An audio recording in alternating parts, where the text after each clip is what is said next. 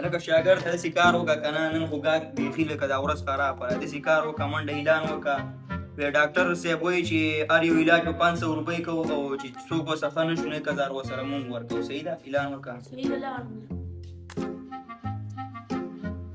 مسلمانانو ورونو یو ضروري اعلان واورئ زموږ ډاکټر صاحب پیکج لګولی دی هر یو علاج په 500 روپۍ کوي او که څوک زموږ علاج څخه نه شو نو هغه له به 100 روپۍ انعام ورکوي الله چانس ولګېد راځه چې 100 روپۍ خو ترې راوکړه ډاکټر صاحب اعلان مو وکړو اعلان دې وکړو اوس انشاءالله اوس ورته موره ګاګ به هم راخوشې شي ښه واو ټینشن مه له اوس به راروان یو انشاءالله السلام علیکم ډاکټر صاحب وعلیکم السلام ډاکټر صاحب د خولې طریقه مې نه د خولې ذایقه یې نه معلومېږي ته دا دوی وڅکه نه راځي نه راځي بچیا دویم نمبر دوی راوړه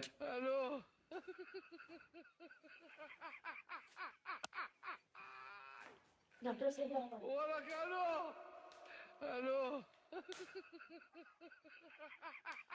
دا وڅکه پټرول دی ډاکټر صاحب ذایقه دې راغله پنسلر وباسه دا وڅکه دم دې نو بیا بل راغل دا پیسې دې نه وړم اوس به کیش جمع کړو اورې ما تر خلک به ډېر راځي مونږ له اورې ډاکټر صاحب اوس کینی مې مالم راکړي شیشې ته 300 روپو خو یې بیا ټول وسکې A few moments later. ډاکټر صاحب وګورئ مې کوم څه زه تو کتلم دې مې کوم څه تو کوم السلام علیکم وعلیکم سلام څنګه بچیا سره گزاره دي شوی ډاکټر صاحب یاداشت مې تللی ښه یاداشت دې تللی ها ته منډه هغه دویم نمبر دوی راواره ډاکټر صاحب هغه پټرول دی دا هغه یاداشت یې مرالې پنسلر وباسه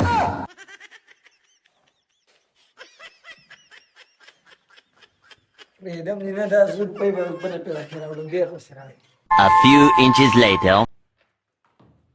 دم غټ جوګاړي خو زما هم جوګاړي نشته دی دا 100 روپۍ به درنه راسره کوم دې بچیا خیال کوه کښېنه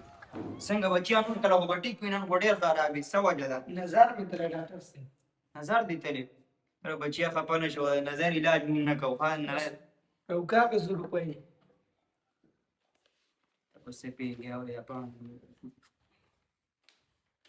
ډاکټر صاحب دا خو کاغذ دی مبارک شه نظر دې مرالې پنسلر وباسه لول زما سره شاګردي وکړه اورې شاګردي وکړه زما سره